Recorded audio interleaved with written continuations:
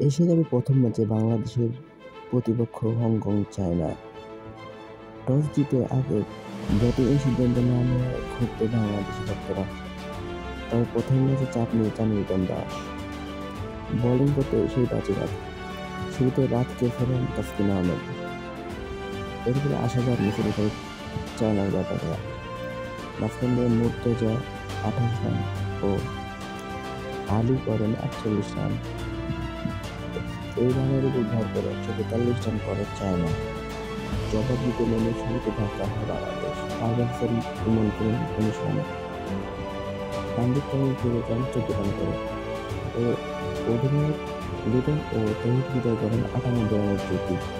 59 run করে out হয়ে যান লিটন, তবে দলকে পৌঁছে যান জয়ের গন্তব্যে।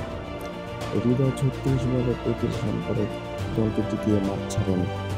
এশিয়া কাপের প্রথম ম্যাচে 7 উইকেটে জয় বাংলাদেশটা।